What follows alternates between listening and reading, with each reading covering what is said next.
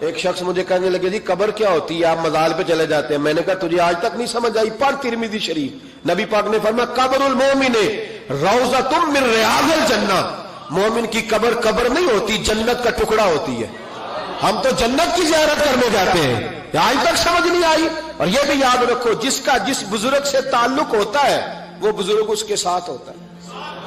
پیر مریداں دے سر تے رہندے، او جھوٹے ہونیا او جھوٹے ہونیا. ہاں اس کا کام ہے. یہ کیا بات ہوئی کہ جس کے گن گائے ساری زندگی، جس کا نام لے کے جیے، بیٹھے کہیں تھے پر اس کے تذکرے اس کے گن گاتے رہے، وہ بھول جائے؟ یہ کیسے ہو سکتا ہے؟ یہ ممکن ہے؟ کوئی چھوڑ دیا سارا کچھ جس کے نام پر وہ یاد ہی نہ کرے. سنو اعلیٰ حضرت فاضل بریلوی کے خلفاء سید نعیم الدین مراد آبادی، ملک العلماء مولانا ظفر الدین بہاری، صدر الشریعہ مولانا امجد علی صاحب اعظمی کہتے ہیں کبھی کبھی رات کو اعلیٰ حضرت کے پاس بیٹھے ہوتے تو اچانک اعلیٰ حضرت فرماتے اٹھو جاؤ، لکھنے پڑھنے کا کام ہو رہا ہے. اعلیٰ حضرت فرماتے اٹھو بھی جاؤ، کل کریں گے کام. کہتے اتنی کتابیں کھولی، اتنے نوٹس بن گئے، اچانک کہہ دیا جاؤ. ایک دن صدر الشریعہ فرمانے لگے پتہ تو کریں ہمیں نکال کیوں دیتے ہیں؟ یہ 8ویں 10ویں دن یہ کام ہوتا ہے، ساری دال لکھنا لکھانا ہوتا ہے، ترتیب دینی ہوتی ہے. یہ کہتے ہیں جاؤ، وہ خاص بات ہے. یہ خاص باتوں کو بھی خاص بندے ہی سمجھتے ہیں.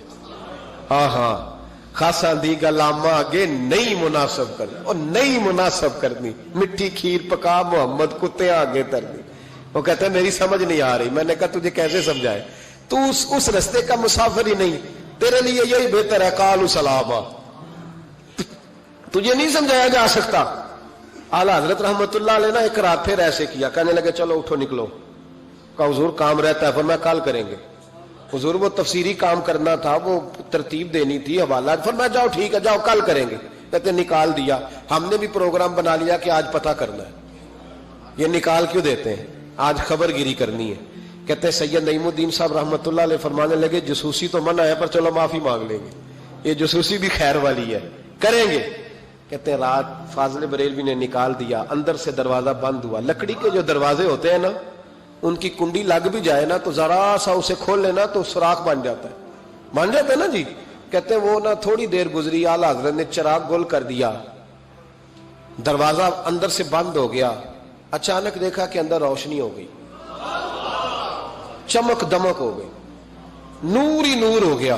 کہتے ذرا دروازے پہ ہاتھ رکھا تو ہم نے عجیب فلسفہ دیکھا کہ کوئی لیٹا ہوا ہے رضائی میں اور اعلیٰ حضرت ان کے پیر دبا رہے ہیں اور فرماتے ہیں عربی میں باتیں ہو رہی ہیں دھیمی دھیمی. زبان نے یار من ترکی و من ترکی بگویم، ہاں یار فریدہ جے کدی مل پہ سوڑا انہوں دل دا حال سناواں. کہتے ہیں باتیں ہو رہی ہیں دھیمی دھیمی عربی میں، سمجھ نہیں آ رہی. اب تینوں دیکھتے رہے سنتے رہے، سمجھ کوئی نہ آئی. لیکن کہتے ہیں سمجھ نہیں بھی آ رہی پھر بھی مزہ بڑا آ رہا. ایک بابا جی نا ایک دن بڑا کھول کے کہہ رہے تھے مولا یصلی وسلم دائما ابدا علی حبیب کا خیر الخلق کل. میں کہ بابا جی اس کا ترجمہ کیا ہے؟ کہتے مولوی صاحب مینوں نہیں پتا پر مزہ بڑا ہوندا جے. پتہ کوئی نہیں ترجمہ کیا ہے پر حضور کی تعریف ہے، لطف. اللہ اکبر.